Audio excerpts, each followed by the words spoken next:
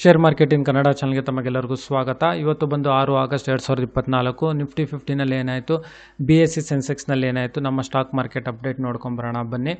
ಇವತ್ತು Nifty 50 close ಆಗಬೇಕಾದ್ರೆ ಸುಮಾರು 63 ಪಾಯಿಂಟ್ ಅಷ್ಟು ಇಳಿಕೆ ಆಗಿದೆ. ಅಂದರೆ ಇದು ಕ್ಲೋಸ್ ಆಗಬೇಕಾದ್ರೆ ಸುಮಾರು 23,992.55 ಪಾಯಿಂಟ್ಸ್ಗಳಿಗೆ ಇವತ್ತು ಕ್ಲೋಸ್ ಆಗಿದೆ. ನಿನ್ನೆ ಒಂದು ಕುಸಿತ ಕಂಡಿತ್ತು, ಇವತ್ತು ಮತ್ತೆ ಇಳಿದಿದೆ. ಹೆಚ್ಚು ಕಡಿಮೆ 4 ಟ್ರೇಡಿಂಗ್ ಡೇಸ್ಗಳಲ್ಲಿ ಇಳಿಕೆ ಆಗಿದೆ ಅಂತ ಹೇಳ್ಬೋದು. ಬಟ್ ಇವತ್ತು ತುಂಬ ಏನು ಇಳಿಕೆ ಆಗಲಿಲ್ಲ, ಬಟ್ ಒಂದು 63 ಪಾಯಿಂಟ್ಸ್ ಅಷ್ಟು ಇಳಿಕೆ ಆಗಿದೆ.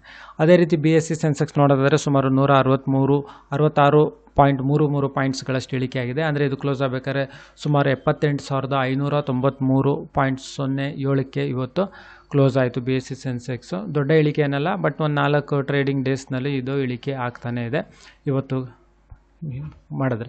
ಅದೇ ರೀತಿ ನಿಫ್ಟಿ 50ನಲ್ಲಿ ಯಾವೆಲ್ಲ ಶೇರ್ಸ್ಗಳಲ್ಲಿ ಏರಿಕೆ ಆಯಿತು ಅಂತ ಹೇಳಿದ್ರೆ, ಅತಿ ದೊಡ್ಡ ಕಂಪ್ನಿ ಶೇರ್ಸ್ಗಳಲ್ಲಿ ಅಂತ ಹೇಳಿದ್ರೆ ಬ್ರಿಟಾನಿಯಾ ಇಂಡಸ್ಟ್ರೀಸ್ ಶೇರ್ಸ್ಗಳು ಇವತ್ತು ಏರಿಕೆ ತೋರಿಸಿದೆ. ಮತ್ತು JSW steel, tech Mahendra, L&T, ಹಾಗೆ LTI Mindtree Limited, HCL Technologies, Hindustan Unilever, ಹಾಗೆ ಅಡಾನಿ ಎಂಟರ್ಪ್ರೈಸ್ ಶೇರ್ಸ್ಗಳಲ್ಲಿ ಏರಿಕೆ ಆಗಿದೆ. Cipla, Wipro, Reliance Industries, NTPC, Tata Consultancy Services, Tata Steel ಶೇರ್ಸ್ಗಳಲ್ಲಿ ಏರಿಕೆ ಆಗಿದೆ. Grasim Industries, Asian Paints, ITC, Adani Ports, Divi's Laboratories ಶೇರ್ಸ್ಗಳಲ್ಲೂ ಇವತ್ತು ಏರಿಕೆ ಆಗಿದೆ.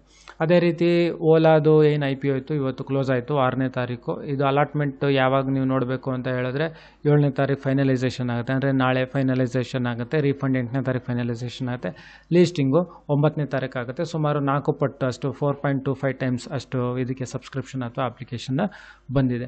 ಅದೇ ರೀತಿ ನೀವು ಇನ್ನೊಂದು ಗಮನಿಸ್ಬೋದು, ನಾಳೆ ಹೆಚ್ಚು ಕಡಿಮೆ ಇದ್ರದ್ದು ಒಂದು ಕಾರ್ ಲಾಂಚ್ ಇದೆ ಟಾಟಾ ಅವ್ರದ್ದು. ಟಾಟಾ ಮೋಟರ್ಸ್ ಶೇರ್ಸ್ನ ನೀವು ಗಮನಿಸ್ಬೋದು.